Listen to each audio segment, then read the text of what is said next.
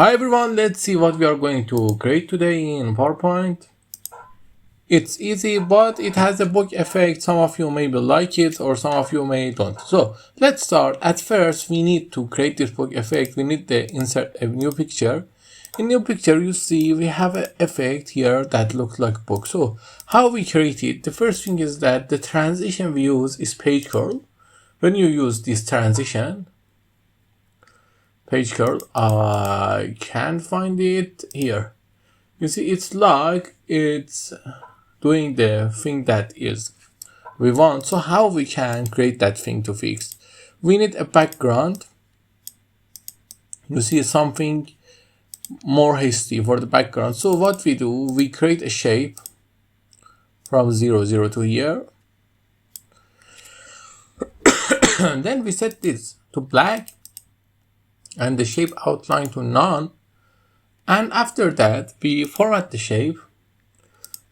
And in the formatting the shape, we reduce the transparency for the effect. And also you can give each of the shadows you want. But it's better to the shadow is more useful. For example, you can go with this. Or the thing is that you can go for the shadow from here. And another one.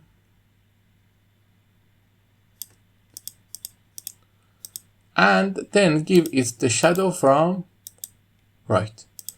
Am I right? Yes, left. Now we have a little shadow in the middle that's looking perfectly. Now we copy the text. This is a text and a picture, nothing really hard about it. This picture is created using this font. I'm going to change it. Then copy this slide or not, copy the next slide. But I'm going to copy this slide, then delete the text, paste the new picture and the text.